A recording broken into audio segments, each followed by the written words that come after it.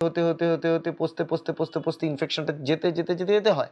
অনেক সময় কি হয়, ওখানে অনেকগুলো গ্রন্থি থাকে আমাদের, ঠিক আছে, গ্ল্যান্ডস, ওই গ্ল্যান্ডসগুলোর মধ্যে ইনফেকশন হয়। সেই গ্ল্যান্ডসগুলো আস্তে আস্তে স্প্রেড আউট করে, করে কি করে কানেকশনটা তৈরি করে দেয় মলদ্বারের ভেতরের দিক এবং বাইরের চামড়ার মাঝখানেই কানেকশনটা তৈরি করে। এবার যদি এই এই কানেকশনটা এইভাবে তৈরি হয়, ব্যাপারটা বোঝার চেষ্টা করুন, এখান থেকে আপনার স্টুলটা পাস হয়, তো স্টুলটা কিন্তু ওর ভেতর দিয়েও ঢুকে যাবে, ঢুকে গিয়ে কিন্তু বাইরে দিয়েও চলে আসবে, ওই জায়গাটা দিয়ে ছোট ছোট অল্প অল্প স্টুল দেখবেন বাইরে বেরিয়ে আসছে। তো ওটাকে আমরা বলি ফিস্টুলার ট্র্যাক্ট। ফিস্টুলার ট্র্যাক্ট বানানো, এবার এই ট্র্যাক্ট যেটা, যে রাস্তাটা তৈরি করে, এটাকে ট্র্যাক্ট বলা হয়, ফিস্টুলার ট্র্যাক্ট। এই ফিস্টুলার ট্র্যাক্ট মাল্টিপল হতে পারে, কারোর একটা হতে পারে, কারোর একাধিক হতে পারে। এটা এটা মলদ্বারের একদম কাছে হতে পারে, একটু দূরে হতে পারে, আর একটু দূরে হতে পারে, রাইট? তো একাধিক জায়গায় ট্র্যাক্টটা হতে পারে, একাধিক ট্র্যাক্ট হতে পারে। তো ফিস্টুলার যে একাধিক ট্র্যাক্ট হতে পারে, সেই ট্র্যাক্টের কারণে এই প্রবলেমটা। এবং প্রবলেমটা কি হয় ফিস্টুলায়, যখনই ওই জিনিসটা হবে, ধীরে ধীরে ওই জায়গাটা তো পড়ছে, ওই জায়গাটা পুঁজ জমছে, পুঁজটা ওই রাস্তাটা দিয়ে আসছে, রাস্তাটা দিয়ে পুঁজটা আস্তে আস্তে আস্তে আস্তে আস্তে আস্তে বেরোচ্ছে, এবং যখনই পুঁজটা ওখানে জমে যাচ্ছে, তার ফলে কি হচ্ছে, মলদ্বারের আশেপাশে যে ওপেনিংটা, যে ফুটোটা, ওই জায়গাটা ফোড়ার মতো ফুলে যাবে, লাল হয়ে যাবে এবং ফুলে যাবে, এবং টসটসে ব্যথা হবে, আবার প্রচণ্ড ব্যথা হবে, আপনি বসতে পারবেন না, দাঁড়াতে পারবেন না, এত ব্যথা হবে যে মুহূর্তে পুঁজে ফুলে যাবে।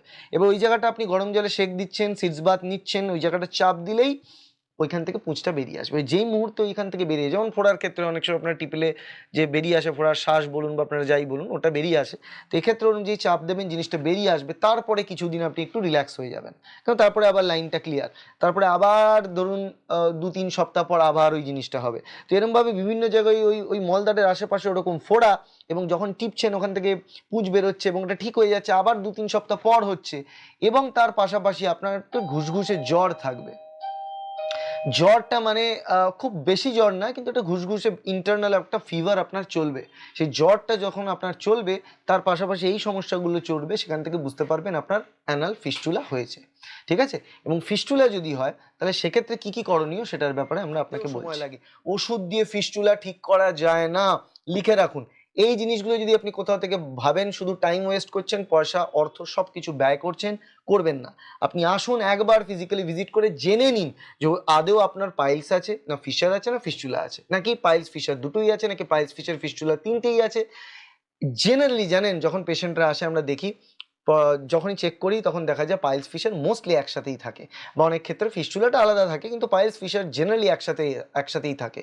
তো আমরা বলে দিই ট্রিটমেন্ট প্ল্যান কি আছে, কনজারভেটিভ, সেমি কনজারভেটিভ এবং সার্জিক্যাল, তিনটে প্রসেসই আমরা বলি, গাইড করি।